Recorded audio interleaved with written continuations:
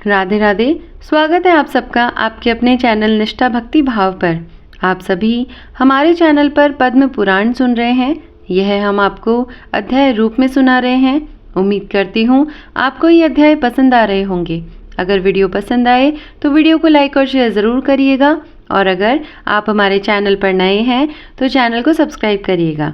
तो आज के अध्याय में हम चंद्रमा की उत्पत्ति तथा यदुवंश एवं सहस्त्र अर्जुन के प्रभाव का वर्णन सुनेंगे। तो चलिए आज का अध्याय शुरू करते हैं। भीष्म जी ने पूछा, समस्त शास्त्रों के ज्ञाता पुलस्त जी, चंद्रवंश की उत्पत्ति कैसे हुई? उस वंश में कौन कौन से राजा अपनी कीर्ति का विस्तार करने वाले हुए? कृपया करके यह मुझे बतलाइए। तो पुलस्त जी ने कहा, राजन, पूर्व काल में ब्रह्मा जी ने महर्षि अत्रि को सृष्टि के लिए आज्ञा दी थी। तब उन्होंने सृष्टि की शक्ति प्राप्त करने के लिए अनुत्तर नाम का तप किया। वे अपने मन और इंद्रियों के संयम में तत्पर होकर परमानंदमय ब्रह्म का चिंतन करने लगे। एक दिन महर्षि के नेत्रों से कुछ जल की बूंदें टपकने लगी, जो अपने प्रकाश से संपूर्ण चराचर जगत को प्रकाशित कर रही थी। दिशाओं की अधिष्ठात्री देवियों ने स्त्री रूप में आकर पुत्र पाने की इच्छा से उस जल को ग्रहण कर लिया। उनके उदर में वह जल गर्भ रूप से स्थित हुआ। दिशाएं उसे धारण करने में असमर्थ हो गई, अतः उन्होंने उस गर्भ को त्याग दिया। तब ब्रह्मा जी ने उनके छोड़े हुए गर्भ को एकत्रित करके उसे एक तरुण पुरुष के रूप में प्रकट किया, जो सब प्रकार के आयुधों को धारण करने वाला था। फिर वे उस तरुण पुरुष को देव शक्ति संपन्न सहस्त्र नामक रथ पर बिठाकर अपने लोक में ले गए। तब ब्रह्म ऋषियों ने कहा, ये हमारे स्वामी हैं।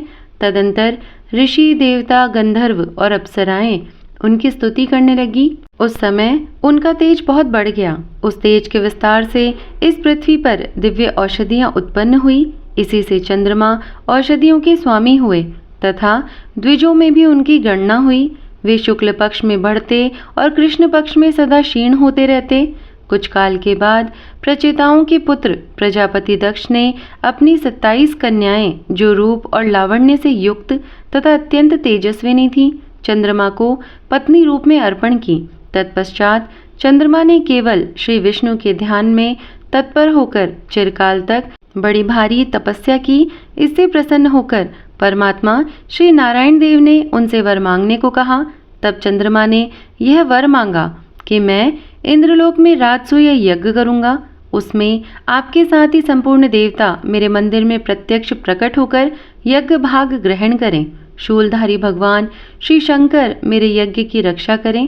तथास्तु कहकर भगवान श्री विष्णु ने स्वयं ही राजसूय यज्ञ का समारोह किया। उसमें अत्रि होता, भृगु अधर्व्यू और ब्रह्मा जी उद्गाता हुए। साक्षात भगवान श्री हरि ब्रह्मा बनकर यज्ञ के दृष्टा हुए तथा संपूर्ण देवताओं ने सदस्य का काम संभाला।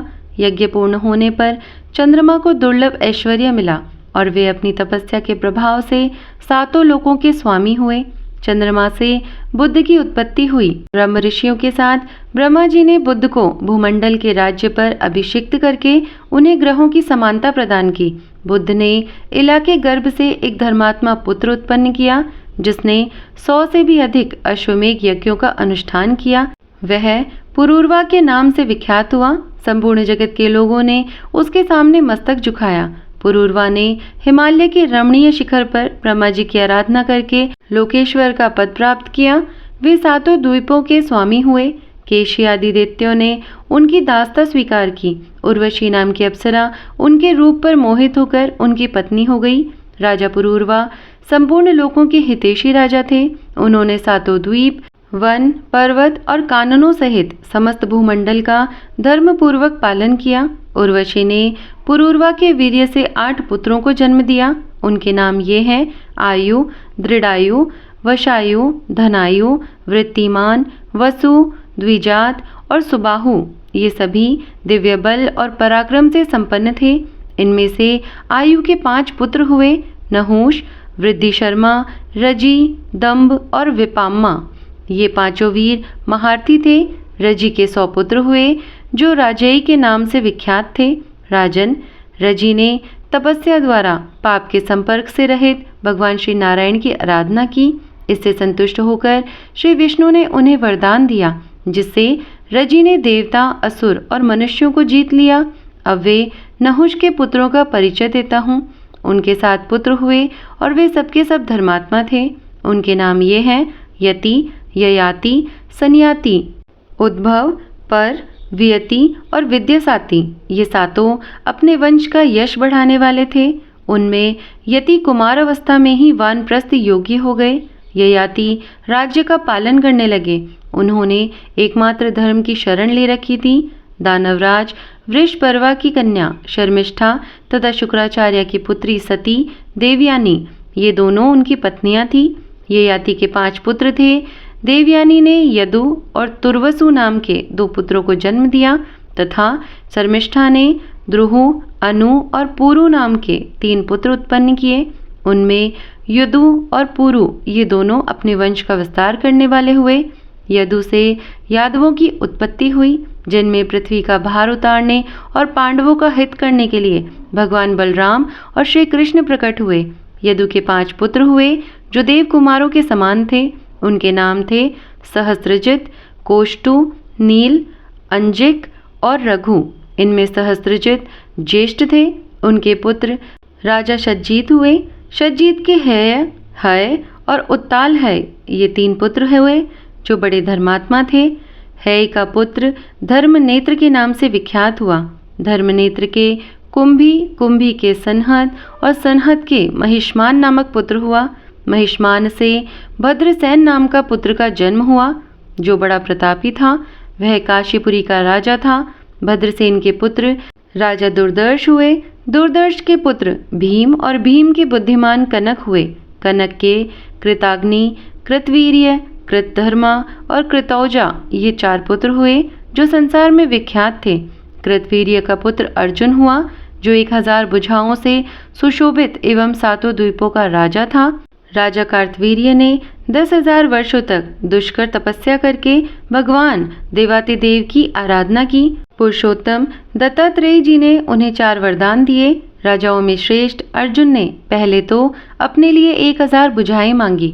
दूसरे वर के द्वारा उन्होंने ये प्रार्थना की कि मेरे राज्य में लोगों को अधर्म की बात सोचते हुए भी मुझसे भय हो और वे अधर्म के मार्ग से हट जाएं। तीसरा वरदान इस प्रकार था कि मैं युद्ध में पृथ्वी को जीतकर धर्मपूर्वक बल का संग्रह करूं। चौथे वर के रूप में उन्होंने यह मांगा कि संग्राम में लड़ते लड़ते मैं अपनी अपेक्षा श्रेष्ठ वीर के हाथों से मारा जाऊं। राजा अर्जुन ने 7 द्वीप और नगरों से युक्त तथा 7 समुद्रों से घिरी हुई इस सारी पृथ्वी को शास्त्र धर्म के अनुसार जीत लिया था। उस बुद्धिमान नरेश के इच्छा करते ही 1000 भुजाएं प्रकट हो जाती थीं। महाबाहु अर्जुन के सभी यज्ञों में पर्याप्त दक्षिणा बांटी जाती थी। सब में सुवर्णमय यूप, स्तंभ और सोने की ही वेदियां बनाई जाती थी। उन यज्ञों में संपूर्ण देवता सज धज कर विमानों पर बैठकर प्रत्यक्ष दर्शन देते थे। महाराज कार्तवीर्य ने 85,000 वर्षों तक एक छत्र राज्य किया। वे चक्रवर्ती राजा थे। योगी होने के कारण अर्जुन समय समय पर मेघ के रूप में प्रकट हो वृष्टि के द्वारा प्रजा को सुख पहुंचाते थे। प्रत्यांचा के आघात से उनकी भुजाओं की त्वचा कठोर हो गई थी। जब वे अपनी हजारों भुजाओं के साथ संग्राम में खड़े होते थे उस समय सहस्त्रों किरणों से सुशोभित शरतकालीन सूर्य के समान तेजस्वी जान पड़ते थे। परम कांतिमान महाराज अर्जुन माहिष्मतिपुरी में निवास करते थे और वर्षा काल में समुद्र का वेग भी रोक देते थे। उनकी हजारों भुजाओं के आलोड़न से समुद्र शुद्ध हो उठता था और उस समय पातालवासी महान असुर लुक छिपकर नष्ट हो जाते थे। एक समय की बात है, वे अपने 5 बाणों से अभिमानी रावण को सेना सहित मूर्छित करके माहिष्मतिपुरी में ले आए। वहां ले जाकर उन्होंने रावण को कैद में डाल दिया। तब मैं पुलस्त अर्जुन को प्रसन्न करने के लिए गया। राजन, मेरी बात मानकर उन्होंने मेरे पौत्र को छोड़ दिया और उसके साथ मित्रता कर ली। किंतु विधाता का बल और पराक्रम अद्भुत है, जिसके प्रभाव से भृगुनंदन परशुराम जी ने राजा कार्तवीर्य की हजारों भुजाओं को सोने के तालवन की भांति संग्राम में काट डाला। कार्तवीर्य अर्जुन के 100 पुत्र थे, किंतु उनमें 5 महारथी अस्त्र विद्या में निपुण, बलवान, शूर, धर्मात्मा और महान व्रत का पालन करने वाले थे। उनके नाम थे शूरसेन, शूर, दृष्टा, कृष्ण और जयध्वज। जयध्वज का पुत्र महाबली तालंग हुआ। तालंग के 100 पुत्र हुए, जिनकी तालंग के नाम से ही प्रसिद्धि हुई। उन हैवंशीय राजाओं के 5 कुल हुए, वीतिहोत्र, भोज, अवंती, टुंदकेर और विक्रांत। ये सब के सब तालंज ही कहलाए। वीतिहोत्र का पुत्र अनंत हुआ, जो बड़ा पराक्रमी था। उसके दुर्जय नामक पुत्र हुआ, जो शत्रुओं का संहार करने वाला था। तो चलिए अब सुनते हैं यदुवंश के अंतर्गत कोष्टु आदि के वंश तथा श्री कृष्ण का अवतार कैसे हुआ उसका वर्णन। तो पुलस्त जी कहते हैं, राजेंद्र, अब यदुपुत्र कोष्टु के वंश का, जिसमें श्रेष्ठ पुरुषों ने जन्म लिया था, वर्णन सुनो। कोष्टु के ही कुल में भगवान श्री कृष्ण का अवतार हुआ। कोष्टु के पुत्र महामना वृजिनीवान हुए। उनके पुत्र का नाम स्वाति था। स्वाति से कुशंकु का जन्म हुआ। कुशंक से चित्ररथ उत्पन्न हुए, जो शशविंदु नाम से विख्यात चक्रवर्ती राजा हुए। शशविंदु के 10,000 पुत्र थे। वे बुद्धिमान, सुंदर, प्रचुर वैभवशाली और तेजस्वी थे। उनमें भी 100 प्रधान थे। उन 100 पुत्रों में भी जिनके नाम के साथ पृथु शब्द जुड़ा था, वे महान बलवान थे। उनके पूरे नाम इस प्रकार है: पृथुश्रवा, पृथुयशा, पृथुतेजा, पृथुद्भव, पृथुकीर्ति और पृथुमति। पुराणों के ज्ञाता पुरुष उन सब में पृथुश्रवा को श्रेष्ठ बतलाते हैं। पृथुश्रवा से ऊष्णा नाम का पुत्र हुआ, जो शत्रुओं को संताप देने वाला था। ऊष्णा का पुत्र शिनेयु हुआ, जो सज्जनों में श्रेष्ठ था। शिनेयु का पुत्र रुक्म कवच नाम से प्रसिद्ध हुआ। वह शत्रु सेना का विनाश करने वाला था। राजा रुक्म कवच ने एक बार अश्वमेघ यज्ञ का आयोजन किया और उसमें दक्षिणा के रूप में यह सारी पृथ्वी ब्राह्मणों को दे दी। उसके रुक्मेशु, पृथु रुक्म, ज्यामग, परिग और हरि, ये 5 पुत्र उत्पन्न हुए, जो महान बलवान और पराक्रमी थे। उनमें से परिग और हरि को उनके पिता ने विदेह देश के राज्य पर स्थापित किया। रुक्मेशु राजा हुआ और पृथु रुक्म उसके अधीन होकर रहने लगा। उन दोनों ने मिलकर अपने भाई ज्यामग को घर से निकाल दिया। ज्यामग ऋक्षवान पर्वत पर जाकर जंगली फल मूलों से जीवन निर्वाह करते हुए वहां रहने लगे। ज्यामग की स्त्री शैब्या बड़ी सती साध्वी स्त्री थी। उसने विदर्भ नामक पुत्र हुआ। विदर्भ से 3 पुत्र हुए, कृत, कैशिक और लोमपाद। राजकुमार कृत और कैशिक बड़े विद्वान थे तथा लोमपाद परम धर्मात्मा थे। तत्पश्चात राजा विदर्भ ने और भी अनेकों पुत्र उत्पन्न किए, जो युद्ध कर्म में कुशल तथा शूरवीर थे। लोमपाद का पुत्र ब्रभु और ब्रभु का पुत्र हेति हुआ। कैशिक के चिदि नामक पुत्र हुआ, जिससे चैद्य राजाओं की उत्पत्ति बतलाई जाती है। विदर्भ का जो कृत नामक पुत्र था, उससे कुंती का जन्म हुआ। कुंती से धृष्ट और धृष्ट से पृष्ठ की उत्पत्ति हुई। पृष्ठ प्रतापी राजा था। उसके पुत्र का नाम निवृत्ति हुआ। वह परम धर्मात्मा और शूरवीरों का नाशक था। निवृत्ति के दशा नामक पुत्र था, जिसका दूसरा नाम विदुरथ था। दशाह का पुत्र भीम और भीम का जिमूत हुआ। जिमूत के पुत्र का नाम विकल था। विकल से भीमरथ नामक पुत्र की उत्पत्ति हुई। भीमरथ का पुत्र नवरथ, नवरथ का दृढ़रथ और दृढ़रथ का पुत्र शकुनी हुआ। शकुनी से करम्भ और करम्भ से देवरात का जन्म हुआ। देवरात के पुत्र महायशस्वी राजा देवशत्र हुए। देवशत्र का पुत्र देवकुमार के समान अत्यंत तेजस्वी हुआ। उसका नाम मधु था। मधु से कुरुवंश का जन्म हुआ। कुरुवंश के पुत्र का नाम पुरुष था। वह पुरुषों में श्रेष्ठ हुआ। उससे विदर्भ कुमारी भद्रवती के गर्भ से जंतु का जन्म हुआ। जंतु का दूसरा नाम पुरुद्वसु था। जंतु की पत्नी का नाम वेत्रकी था। उसके गर्भ से सत्वगुण संपन्न सात्वत की उत्पत्ति हुई, जो सात्ववंशी की कीर्ति का विस्तार करने वाला था। सत्वगुण संपन्न सात्वत से उसकी रानी कौसल्या ने भजन, भजमान, दिव्य राजा देवावृत, अंधक, महाभोज और वृष्णि नाम के पुत्रों को उत्पन्न किया। इनमें 4 वंशों का विस्तार हुआ। उनका वर्णन सुनो। भजमान की पत्नी सृंजय कुमारी, सृंजी के गर्भ से भाज नामक पुत्र की उत्पत्ति हुई। भाज से भाजकों का जन्म हुआ। भाज की 2 स्त्रियां थीं। उन दोनों ने बहुत से पुत्र उत्पन्न किए। उनके नाम है विनय, करुण और वृष्णि। इसमें वृष्णि शत्रु के नगरों पर विजय पाने वाले थे। भाज और उनके पुत्र सभी भाजक नाम से प्रसिद्ध हुए, क्योंकि भजमान से इनकी उत्पत्ति हुई थी। देवावृत से प्रभु नामक पुत्र का जन्म हुआ, जो सभी उत्तम गुणों से संपन्न था। पुराणों के ज्ञाता विद्वान पुरुष महात्मा देवावृत के गुणों का बखान करते हुए इस वंश के विषय में इस प्रकार अपना उदार प्रकट करते हैं। देवावृत देवताओं के समान है और प्रभु समस्त मनुष्यों में श्रेष्ठ है। देवावृत और प्रभु के उपदेश से 76,000 मनुष्य मोक्ष को प्राप्त हो चुके हैं। प्रभु से भोज का जन्म हुआ, जो यज्ञ, दान और तपस्या में धीर, ब्राह्मण भक्त, उत्तम व्रतों का दृढ़तापूर्वक पालन करने वाले, रूपवान तथा महातेजस्वी थे। शरकांत की कन्या मृतकावती भोज की पत्नी हुई। उसने भोज से कुकुर, भजमान, समीक और बलबहर्षि ये 4 पुत्र उत्पन्न किए।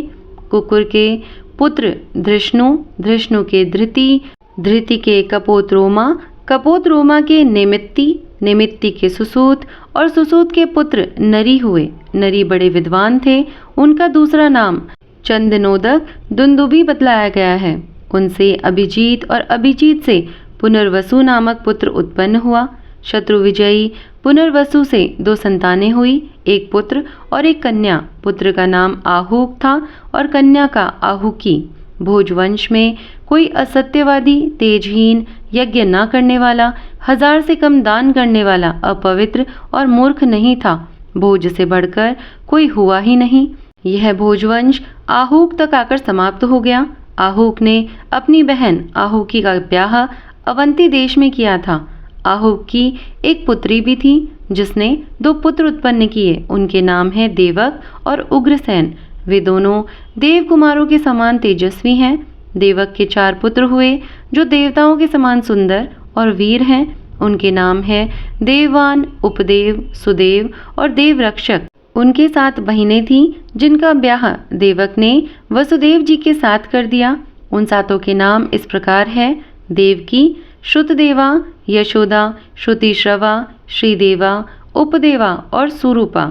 उग्रसेन के 9 पुत्र हुए। उनमें कंस सबसे बड़ा था। शेष के नाम इस प्रकार है: न्यग्रोध, सुनामा, कंक, शंकु, सुभु, राष्ट्रपाल, बद्धमुष्टि और सुमुष्टिक। उनके 5 बहिनें थीं: कंसा, कंसवती, सुरभि, राष्ट्रपाली और कंका। ये सब की सब बड़ी सुंदरी थीं। इस प्रकार संतानों सहित उग्रसेन तक कुकुर वंश का वर्णन किया गया। भोज के दूसरे पुत्र भजमान के विदुरथ हुआ। वह रथियों में प्रधान था। उसके 2 पुत्र हुए, राजाधिदेव और शूर। राजाधिदेव के भी 2 पुत्र हुए, शुणाश्व और श्वेतवाहन। वे दोनों वीर पुरुषों के सम्माननीय और क्षत्रिय धर्म का पालन करने वाले थे। शुणाश्व के 5 पुत्र हुए। वे सभी शूरवीर और युद्ध कर्म में कुशल थे। उनके नाम इस प्रकार हैं: शमी, गज्जरमा, निमूरत, चक्रदिच और शुचि। शमी के पुत्र प्रतिक्षत्र, प्रतिक्षत्र के भोज और भोज के ऋदिक हुए। ऋदिक के 10 पुत्र हुए, जो भयानक पराक्रम दिखलाने वाले थे। उनमें कृतवर्मा सबसे बड़ा था। उससे छोटों के नाम शतधन्वा, देवाहर, सुभानु, भीषण, महाबल, अजात, विजात, कारक और करम्बक हैं। देवार का पुत्र कंबल बहीश हुआ। वह विद्वान पुरुष था। उसके 2 पुत्र हुए, समौजा और असमौजा। अजात के पुत्र से भी समौजा नाम के 2 पुत्र उत्पन्न हुए।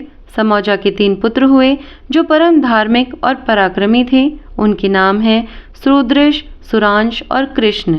तो आज का अध्याय यही समाप्त करते हैं। इसके आगे की कथा और इसके आगे की पुराण हम अगले अध्याय में सुनेंगे। उम्मीद करती हूँ आज का ये वीडियो आप सबको अच्छा लगा होगा। वीडियो पसंद आया हो तो वीडियो को लाइक और शेयर ज़रूर करिएगा, और अगर आप हमारे चैनल पर नए हैं तो चैनल को सब्सक्राइब ज़रूर करिएगा। मैं मिलती हूँ आपसे अगले अध्याय के साथ में। तब तक के लिए धन्यवाद। राधे राधे।